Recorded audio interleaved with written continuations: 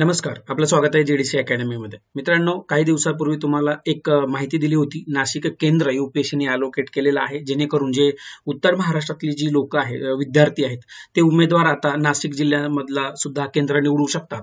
आणि या धर्तीवर आता काही थोड्या वेळापूर्वी तर यूपीएससी पूर्व परीक्षांसाठी केंद्र बदलण्याची संधी उपलब्ध करून दिलेली आहे. तर पूर्ण भारतातील तुम्हाला जे संधी आहे ही संधी उपलब्ध आहे. तर ज्या विद्यार्थ्यांनी जवळचं केंद्र आहे ते निवडू शकता. तुमचे काही दिवस म्हणजे 12 तारखेपासून ते 15 तारखेपर्यंत ही साईटवरती ही सुविधा उपलब्ध आहे.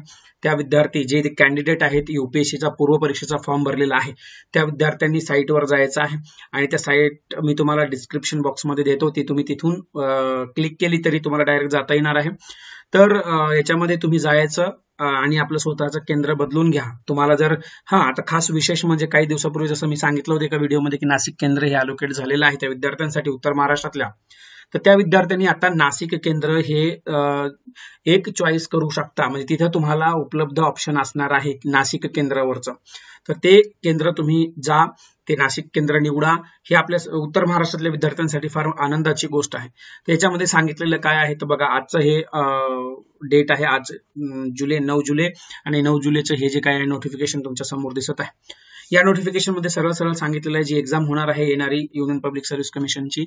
त्या याच्यामध्ये दोन आहेत. एक लक्षात घ्या, सिव्हिल सर्व्हिस एक्झामिनेशन ही आहे पूर्व परीक्षा प्रिलिमिनरी एक्झाम जी आहे 2021 ची, आणि त्याच्यामध्ये दुसरी आहे जी म्हणजे फॉरेस्ट इंडियन जी आहे प्रिलिमिनरी एक्झाम ही आहे इंडियन फॉरेस्ट सर्व्हिस.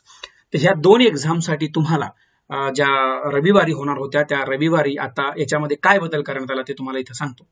तर तुम्ही एक गोष्ट लक्षात घ्या की इथं पण तुम्हाला सांगतो की बघा, उत्तराखंडमध्ये एक अल्मोरा, त्याच्यानंतर उत्तराखंड मधलं दुसरं आहे श्रीनगर. हे श्रीनगर त्या दिवशी व्हिडिओ मी टाकला आणि त्याच्या खाली लगेच कमेंट आली की हे तर श्रीनगर तर जम्मू काश्मीरमध्ये आहे, तुम्ही उत्तराखंडचं सांगता. तर उत्तराखंडमध्ये सुद्धा श्रीनगर आहे. तर कृपया हे माहिती घेत चला. माहिती अभावी आपण डायरेक्ट उचललं की कमेंट टाकण्यात काही लॉजिक नसते. आपण माहिती घेत जा ऍटलिस्ट थोडीशी तरी. तर हे श्रीनगर उत्तराखंडमध्ये आहे. त्याच्यानंतर नाशिक हे आपलं महाराष्ट्रामध्ये आहे मित्रांनो, आणि असं काही तुम्हाला सुरत ही गुजरातमध्ये आहे. तर असे काही जे केंद्र आहे ते केंद्र नवीन आता साईटवर उपलब्ध झालेले आहे. त्या विद्यार्थ्यांनी हे त्या दोन जे की 12, 13, 14 आणि 15 या दिनांकामध्ये तुम्ही स्वतःचं जे केंद्र आहे ते निवडू शकता. आणि याच्यात खास महत्वाचा एक अपडेट द्यायचा आहे, जो फर्स्ट कम फर्स्ट अलोकेट असा असणार आहे. म्हणजे जो पहिला असेल, ज्यांनी पहिल्यांदा केंद्र निवडलं त्यालाच मिळेल. नंतर तुम्ही जर आलात काय आपण शेवटी करू 15 तारखेला, तर त्यावेळी जर केंद्र अवेलेबल नसेल तर तुम्हाला जे आहे अगोदरचा तेच मिळेल. तर हे गोष्ट लक्षात घ्या. आता तर जे तुम्ही इथं चॉईस करणार आहे सेंटर, त्याच्यामध्ये तुम्हाला बघा 2 फेज असतील, एक 12 आणि 19 जुलैपर्यंत. तर आपण सर्वांनी ही काळजी घ्या. लवकरात लवकर तुम्ही जसं आज तुम्हाला माहिती मिळाली, तुम्ही आज सुरुवात करू शकता, काहीच हरकत नाही. ठीक आहे. आणि तुमचे मित्रपरिवार जर यूपीएससीचा अभ्यास करत असतील तर तेही याच्यामध्ये जाऊन जो केंद्र आहे ते निवडू शकतात. तर मित्रांनो, याच्या व्यतिरिक्त राज्यसेवा पूर्व परीक्षेची जी बॅचेस आहे ते बॅचेस सुरुवात झालेल्या आहेत. तुम्हाला जर याच्यामध्ये तुम्ही इच्छुक असाल तर तुम्ही आमच्यासोबत जॉईन करू शकता.